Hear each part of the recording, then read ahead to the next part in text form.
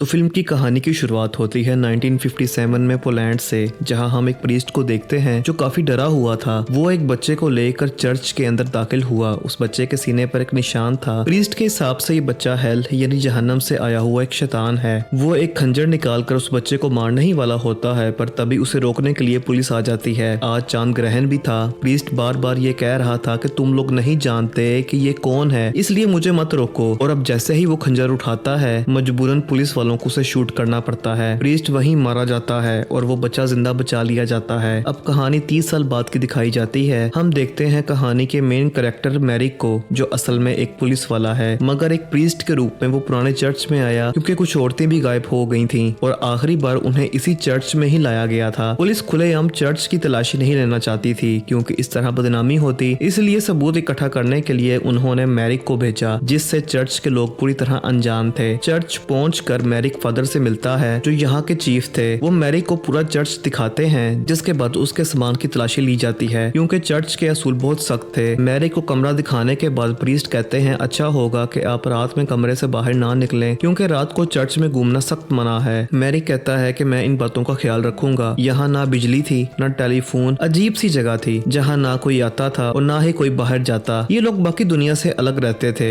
मैरिक अपने कपड़े बदलता है और यहाँ हम देखते हैं कि उसके सीने पर भी वैसा ही निशान है जैसा कि हमने कहानी की शुरुआत में उस बच्चे के सीने पर देखा था। इसका मतलब कि मैरिक वही बच्चा है। फिर वो अपना बैग खोलता है जिसके अंदर एक खुफिया जगह पर पड़ा था एक कैमरा, बंदूक, कुछ जरूरी सामान और एक अखबार का कटा हुआ टुकड़ा जिस पर कई लड़कियों की गुमशुदा होने की खबर छपी हुई थी। और इसी केस की छानबीन करने मैरिक यहाँ पर आया था। मैरिक सभी के साथ मिलकर खाना खाता है, लेकिन उन्हें खाने में क्या दिया जा रहा था मैरिक को समझ नहीं आ रहा था। खाना बड़ा ही अजीब था। मैरिक को उस खाने से घिन आ रही थी क्योंकि वो मांस जैसी कोई अजीब सी चीज लग रही थी, लेकिन बाकी सब उसे बहुत शौक से खा रहे थे, इसीलिए मैरिक को भी चुपचाप वो खाना पड़ता है। बाद में जब वो हॉल में घूम रहा था तब वो एक कमरे के पास से गुजरता है जहां उसकी नजर एक औरत पर पड़ी जिसकी हालत बहुत खराब थी। दरअसल चर्च के हिसाब से उस औरत को शैतान ने पोजेस्ड किया हुआ है, यानी शैतान उसके अंदर घुसा हुआ है। और चर्च के लोग एक्सोर्सिज्म से ऐसे लोगों का इलाज करते हैं, यानी कि तंत्र मंत्र से। मतलब आज रात वो सब उस लड़की का इलाज करने वाले थे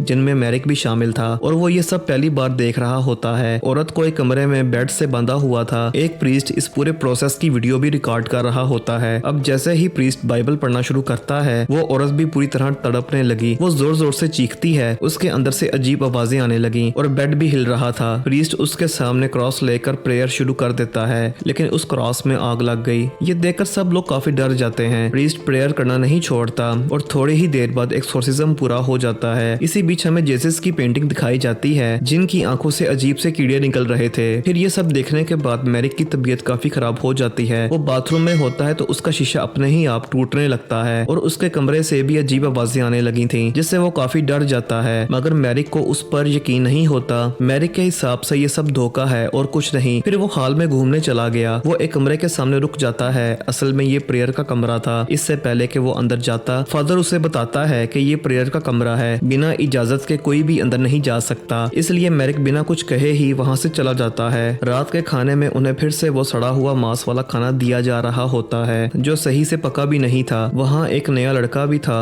जिसे खाने से घिन आ रही थी। वो रो रहा होता है। प्रीस्ट दूसरे बंदे को इशारा करके उसे उस लड़के के पास भेज देता है और उसके कान में कुछ कहने के बाद वो लड़का भी उस मांस को खाने लगता है। कोई शक नहीं था कि खाने में कुछ तो गड़बड़ थी क्योंकि बाद में मैरिक भी उल्टी कर देता है, यहाँ तक कि उसका एक दांत भी गिर गया। मैरिक गौर से उसे देखने लगता है। अजीब था कि उस दांत से एक मक्खी बाहर निकलती है। ये देखकर मैरिक काफी घबरा जाता है। आधी रात को चुपके से वो प्रीस्ट के कमरे में गया। वहाँ एक खुफिया दरवाजा था। ये उन लोगों की रिकॉर्डिंग्स थी जिनका अब तक ये लोग एक्सोर्सिज्म कर चुके थे। इसके अलावा वहाँ शराब थी, म्यूजिक कैसेट्स थी और गलत किस्म की मैगजीन भी पड़ी हुई थी, जिसका मतलब कि ये लोग बस नेक होने का दिखावा कर रहे हैं। इसके बाद मैरिक उस जगह पर जाता है जहाँ उस लड़की पर एक्सोर्सिज्म हुआ था। बेड के नीचे से उसे एक सिरिंज मिली थी, यानी उस लड़की को नशा दिया गया था या फिर कोई ऐसी चीज जिस वजह से वो उस दिन पागलों जैसी हरकतें कर रही थी। प्रीस्ट ने जो क्रॉस इस्तेमाल किया था वो दरअसल एक लाइटर था और वहाँ एक बटन ऐसा था जिससे बेड हिल रहा था। मतलब जो भी उस दिन वहाँ हुआ वो बस एक नाटक था, लेकिन वो लड़की असली थी। वो एक शिकारी थी बस उनकी। इससे मैरिक समझ जाता है कि जो लड़कियां गायब हुई, यहाँ के लोगों ने उनके साथ न जाने क्या किया होगा। अगली सुबह जब प्रेयर करने के लिए जमा हुए तब प्रीस्ट मैरिक को प्रेयर करने के लिए कहता है क्योंकि उसे मैरिक पर शक हो चुका था कि वो प्रीस्ट प्रीस्ट नहीं, वो इंग्लिश जुबान में प्रेयर करने लगा तो प्रीस्ट उसे लतीनी जुबान में प्रेयर करने के लिए कहता है, जिसमें मैरिक अटक रहा होता है। इसीलिए उसकी जगह बाकी लोग प्रेयर करते हैं। दोपहर में फिर से वही मांस था खाने को। इस पर मैरिक को खाने में बाल भी मिलते हैं, जो देखकर उसे उल्टी आ गई। मैरिक जिस मकसद के लिए यहाँ आया था,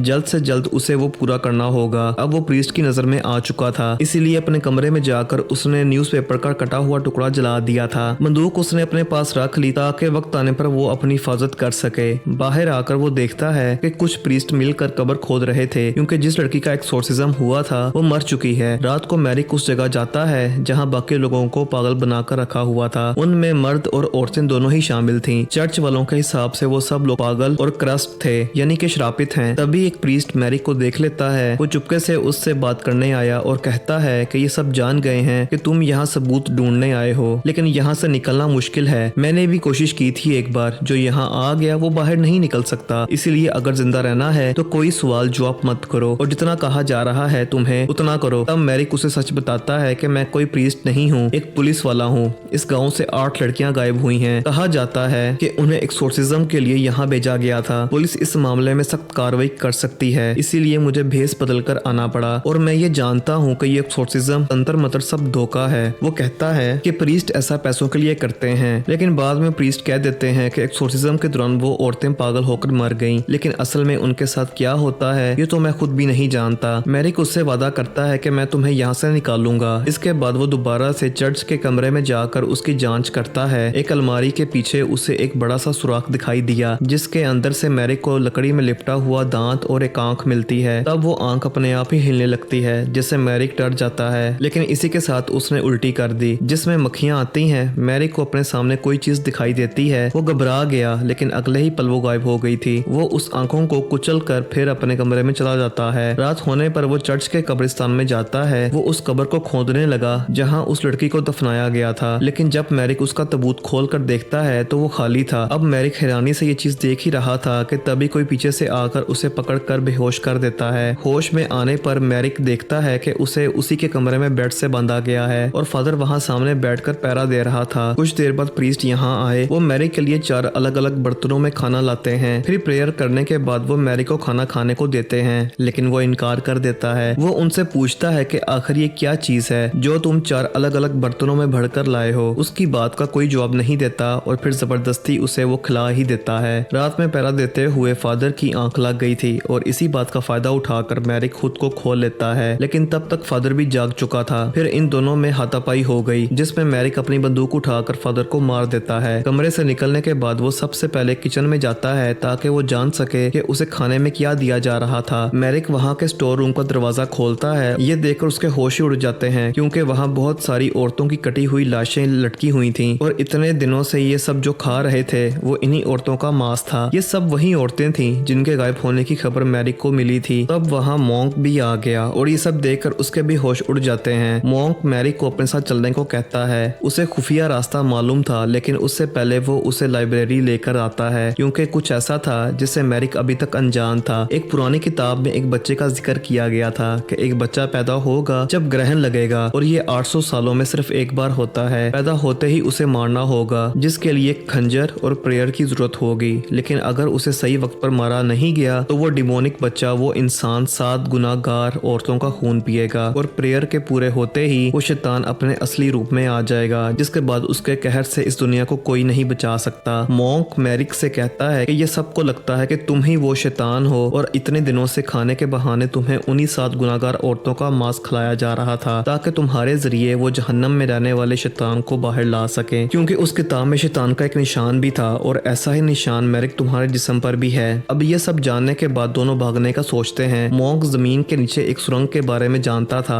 जहाँ से पहले भी उसने भागने की कोशिश की थी। मैरिक को उस पर यकीन नहीं था। तब वो उसको अपनी पीठ के निशान दिखाता है, जो भागने के जुर्म में कोड़े मारने से बने थे। मैरिक उसकी बात मान जाता है। वो दोनों सुरंग से होकर आगे बढ़ते हैं, लेकिन ये सब असल में मॉन्क की चाल होती है। आधे रास्ते में 2 लोग आकर मैरिक को मारने लगे, फिर वो उसे पकड़ लेते हैं। होश में आने पर मैरिक देखता है कि उसे बांधा गया हुआ था। प्रीस्ट उसे बताते हैं कि तुम्हारा यहाँ आना कोई इत्तेफाक नहीं था, बल्कि हमने पुलिस वालों को रिश्वत दी ताकि वो मैरिक को ये केस दे। वो कहते हैं कि शैतान बुरा नहीं होता बल्कि इंसान होता है, इसीलिए सजा तो मिले। वो एक कुएं की तरफ इशारा करते हुए कहता है कि ये सीधा जहन्नम की तरफ जाता है। इसीलिए हमने अपना चर्च भी यहाँ बनाया। 800 साल से हमने तुम्हारा इंतजार किया। प्रेयर के पूरे होते ही हेल का राजा यानी जहन्नम का वो शैतान तुम्हारे जिस्म में दाखिल होगा और फिर इस दुनिया की शक्ल बदल जाएगी। वो इस दुनिया पर राज करेगा। यानी कि ये लोग दरअसल खुदा को नहीं बल्कि शैतान को मानने वाले थे, क्योंकि वो कहते हैं कि उसके बाद हम शैतान के गुलाम बन जाएं। थोड़ी देर बाद ये लोग उस बेकसूर लड़की को लाकर उसका गला काट देते हैं, क्योंकि उसका खून मैरिक को जो पीना था वो सब भी उसका खून एक एक करके पीने लगते हैं। उसके बाद प्रीस्ट मैरिक को उसका खून जबरदस्ती पिला देता है। मैरिक मरना नहीं चाहता था, लेकिन फिर ये सब मिलकर शैतान को बुलाने का मंत्र पढ़ने लगते हैं। बहुत देर तक मंत्र पढ़ने के बाद भी वहाँ कुछ नहीं होता। ये देखकर मैरिक उन पर हंसने लगा, क्योंकि वो एक पुरानी किताब पर यकीन कर बैठे थे। किसी को भी समझ नहीं आता कि ऐसा क्यों हो रहा है। वो सब मायूस हो गए। मॉन्क सबसे कहता है कि शायद ये हमारी गलतफहमी थी, हम सब जल्दी ही भूल जाएंगे, क्योंकि हमारे इरादे नेक थे। लेकिन अब इन्हें ये डर था कि कहीं ये लोग मैरिक की वजह से फंस ना जाएं, क्योंकि पुलिस कभी भी उसे ढूंढती हुई यहाँ आ सकती है। इसीलिए मॉन्क मैरिक के पेट में चाकू घुसाकर उसे मार देता है और ये लोग उसकी लाश को उसी कुएं में फेंक कर चले जाते हैं। वहां से आने के बाद प्रीस्ट बहुत सारी शराब पीता है। वो मायूस था, क्योंकि उनके इतने साल की मेहनत बर्बाद हो गई। इसी दौरान वहां दीवार पर लगा क्रॉस अपने आप उल्टा हो गया, जिसे उन्होंने नहीं देखा। तब मॉन्क प्रीस्ट के पास आकर उसे एक सोफे पर लटा देता है। प्रीस्ट कहता है कि मैं आज शैतान का गुलाम बनने वाला था, लेकिन अब देखो मैं कुछ भी नहीं हूँ। तब मॉन्क प्रीस्ट के मुंह पर तकिया रख के उसकी जान ले लेता है, क्योंकि मॉन्क को उस पर गुस्सा था। दरअसल इस प्रीस्ट ने उन सब की जिंदगी बर्बाद कर दी थी और इसके कहने पर ही वो बिना कुछ सोचे समझे ये सब करते आ रहे थे। उसे मारने के बाद मॉन्क सबसे झूठ कहता है कि ज्यादा शराब पीने की वजह से उनकी जान चली गई। इसके बाद ये लोग उन औरतों को भी जला देते हैं जिन्हें उन्होंने मारा था, ताकि अगर पुलिस इस जगह पर आए तो उन्हें कोई सबूत ना मिले। तब हम देखते हैं कि प्रीस्ट के जिस्म से एक मक्खी बाहर निकलती है, जो वहां से उड़कर उसी कुएं में जाकर मैरिक की लाश में चली जाती है और तभी मैरिक जिंदा हो जाता है। धीरे धीरे उसका जिस्म किसी और चीज में बदलने लगा, जो और कोई नहीं बल्कि शैतान था, जो अपने असली रूप में आ रहा था। इस बीच सभी लोग प्रीस्ट के लिए प्रेयर कर रहे थे। तब हम देखते हैं कि मॉन्क का जिस्म धीरे धीरे हवा में उड़ने लगा और फिर उसका जिस्म पूरी तरह से मक्खियों में बदलकर गायब हो जाता है। तभी उस रूम से एक खौफनाक चीज बाहर आती हुई दिखाई देती है और ये और कोई नहीं बल्कि वो ही शैतान था, जिसे ये लोग बुलाने की कोशिश कर रहे थे। वो मैरिक के जिस्म में समा गया था